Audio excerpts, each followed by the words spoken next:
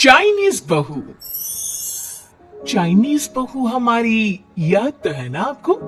भूले तो नहीं ना? हाँ भाई, थोड़ी देर में ही सही, लेकिन चाइनीज बहू की कहानी आ ही गई। क्या हो रहा है ये देश में? चाइना ने तो आतंक ही मचा रखा है। अरे क्या हो गया? क्यों चाइना को कोसता रहता है? भूल मत, तेरी ससुराल चाइना की ही है। हाँ माँ, पर ये देखना, लड़ाई झगड़े, ये बीमारी, ऊपर से ये देश कितना चालाक है, अंदर न जाने क्या क्या करता रहता है। तभी अंदर से बहू की चिल्लाने की आवाज आती है। अरे क्या हो गया बहू? क्यों चिल्ला रही है? माँ जी, ये देखिए, ये रूस ने यूक्रेन की हालत क्या कर दी है। ऊपर से चाइना में दोबारा लॉकडाउन लग गया है। माँ जी, अब क्या किया जाए? अरे तो तुम लोगों को क्या परेशानी हो रही है? मैं तो यही नहीं समझ पा रही हूँ। वो क्या है ना माँ, हम लोग चाइना जाने की सोच रहे थे, सांगसू के भाई की शादी है। तो क्या? अरे कौन सा उन लोगों के यहाँ भाई घोड़ी चढ़ता है जो बहन काजल लगाकर नेक लगी? माँ जी, उसकी आंखें बहुत छोटी छोटी है, उसमें या तो पुतली रह सकती है या काजल। साले की पुतली निकाल कर काजल लगा दो, अंधा कहीं का। क्या क्या बोला तुम मेरे भाई के बारे में? अरे नहीं नहीं बहू, वो तो बोल रहा था कि तुझे नेक मिल जाएगा। बहन है ना तू उसकी। नहीं नहीं माँ जी, मैं सब समझती, ये मेरे भाई को मजाक बनाते रहते। कितना सीधा है मेरा भाई, बिल्कुल छिपकली जैसा। नहीं नहीं बहू, सीधा गाय जैसा होता है। सही पकड़े हैं माँ जी। हाँ, तो मेरे भाई की शादी है, मैं चाइना जरूर जाऊंगी। तभी एक पड़ोसन आ जाती है। अरे नहीं नहीं बहू, तू कहीं ना जा, हम लोगों का मन कैसे लगेगा तेरे बिना। ले बहू, तेरे भाई के लिए ये शॉल रख ले, हमारी तरफ से गिफ्ट कर देना। अरे सब कितने अच्छे हैं। मेरी चाइनीज बहू को कितने प्यार से तुम लोगों ने एक्सेप्ट कर लिया। सच में बड़ी भाग्यशाली हूँ मैं। कैसी बात कर रही है? ये तो हम लोगों के देश की एक खूबसूरती है कि हर किसी को दिल से अपना लेते हैं, बस वो भी दिल से हमें अपना समझे। कैसी बात कर रही है आंटी जी? मेरे लिए आप सब सासू माँ जैसी ही हैं। मुझे भारत बहुत अच्छा लगता है, ये सबसे अच्छा देश है। मेरा भारत महान। वैसे भी लड़के की शादी जहाँ होती है वो तो वही की हो जाती है ना। जी तेरे बहू सही बोल रही है। औरत तो होती ही पानी की तरह है, जो जहाँ जैसे रखे वैसी ही शेप ले लेती है। आंटी जी, ये थोड़ा सा ज्यादा हो गया, समझ नहीं आया। नो प्रॉब्लम, मैं चाय बनाकर लाती हूँ। फिर क्या, वो दिन भी आ जाता है जब बेटे बहू को चाइना जाना पड़ता है। वहाँ जाकर बहू का भाई कहता है, मेरे दाम आ गए, मेरे दाम आ गए। मैंने सबको बोला कि सब हिंदी में बात करेंगे, नहीं तो बहन नाराज हो जाएगी।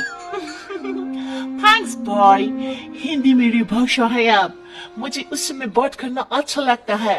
अपने जीजा जी से मिलो। बहन तुम अंदर चलो। सभी बहू को अंदर लेकर चले जाते हैं, लेकिन सांगसू का पति, वो तो बेचारा चाइना के ससुराल के आंगन में अकेला खड़ा रहता है। काफी देर तक जब कोई उसे नहीं पूछता तो वो माँ को घर पर फोन करता है। हाँ बेटा, पहुंच गए ना कुशल मंगल? हाँ माँ, लेकिन सांगसू पता नहीं कहाँ है, वो तो अंदर गई है तब से बाहर आई ही नहीं। अरे कैसी बात कर रहा है? तो तू अंदर चला जा, तू बाहर क्यों है? अरे दामाद है तू वहां का, उन लोगों ने तुझे बिठाया, चाय पानी कुछ नहीं पूछा? नहीं ना माँ। तभी सामने से सांगसू आती है। क्यों आप अभी तक तैयार नहीं हुए? और ये बैग लेकर क्यों कमरे से बाहर आए? इसे वहीं रख देती। कमरा? कौन सा कमरा? अरे कैसी बात कर रही हो? जब से तुम अंदर गई हो मैं बाहर ही तो खड़ा हूँ। बहू को बहुत हैरानी होती है और गुस्सा भी आता है। तभी उसका भाई और माँ आ जाते हैं। और सांगसू, अंदर खाना लग गया है। पहले ये बताओ कि मेरे पति को किसी ने खाना या पानी क्यों नहीं पूछा? वो भारत से ससुराल पहली बार आया है, वो भी मेरे कहने पर। उनकी इज्जत क्यों नहीं की? देख बेटी, तूने जबरदस्ती जिद में शादी की थी तो हम लोगों ने कर दी, लेकिन अब तुम ये सोचो, पूरी चाइना में मैं इस इंडियन को अपना दामाद बताऊं? So sorry. हाँ संगसू, और तुम भी चुप रहना, नहीं तो वो लोग मेरी शादी तोड़ देंगे। ओह, ऐसी बात है। कोई बात नहीं, मैं बाहर होटल में रह लेता हूँ, तुम वही करो जो ये लोग चाहते हैं। कैसी बात कर रहे हो? शादी के बाद पति जैसा भी हो, जो भी हो, पति होता है। वैसे भी तुम्हारे पूरे परिवार ने, सबने बिना सोचे मेरा साथ दिया, मुझे एक्सेप्ट किया, प्यार किया। मैं अपने देश में आपको अकेला कैसे छोड़ सकती हूँ?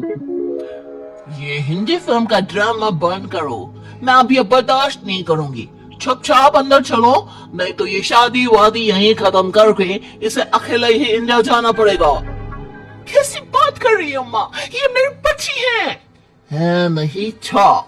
हम लोगों ने यहाँ वकील को बुला लिया है, जिसके बाद अब तेरा तलाक करा के हम यहाँ के चाइनीज लड़के से तेरी शादी करा देंगे। अरे कैसी बात कर रहे हो? हम तो यहाँ तुम्हारी शादी के लिए आए थे। नहीं नहीं, मैं सांसू के बिना नहीं रह सकता हूँ। हाई वोल्टेज ड्रामा होने के बाद से ही सारा माहौल खराब हो जाता है कि तभी एक लड़की आती है। मैंने सारा इंतजाम कर दिया है, सांसू की शादी का मंडप परसों लग जाएगा। तब तक इसके पति को कमरे में बंद कर देते हैं। सभी सांसू के पति का हाथ बांधकर उसे कमरे में बंद कर देते हैं। ये क्या कानूनी है? हम लोग मेरे पति के साथ ऐसा नहीं कर सकते हैं। मैं किसी से शादी नहीं करूंगी, ये साफ बात है। पहले मैं अपनी शादी करूं, फिर तेरी भी शादी करवा दूंगा।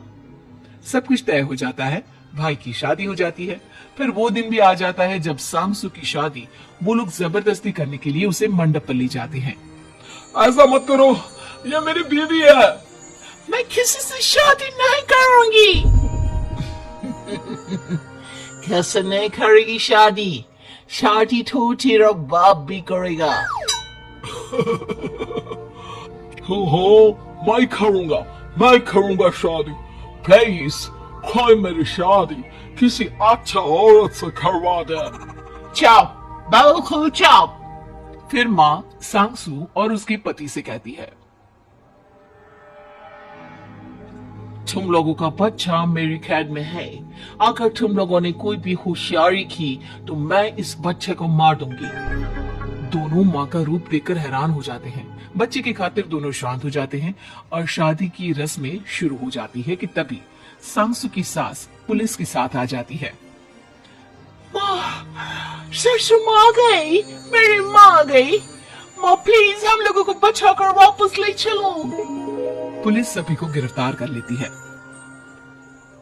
बेटी के बच्चे को मारने की धमकी तो कोई चुड़ैल ही दे सकती है। अरे तो ये चुड़ैल ही तो है। ये सही बोल रहे हैं, ये औरत किसी चुड़ैल से कम नहीं है। तभी उन लोगों का बच्चा भी आकर सांसू के गले लग जाता है। माँ, तू सही समय पर आ गई, लेकिन तुझे कैसे पता चला कि यहाँ ये सब हो रहा है?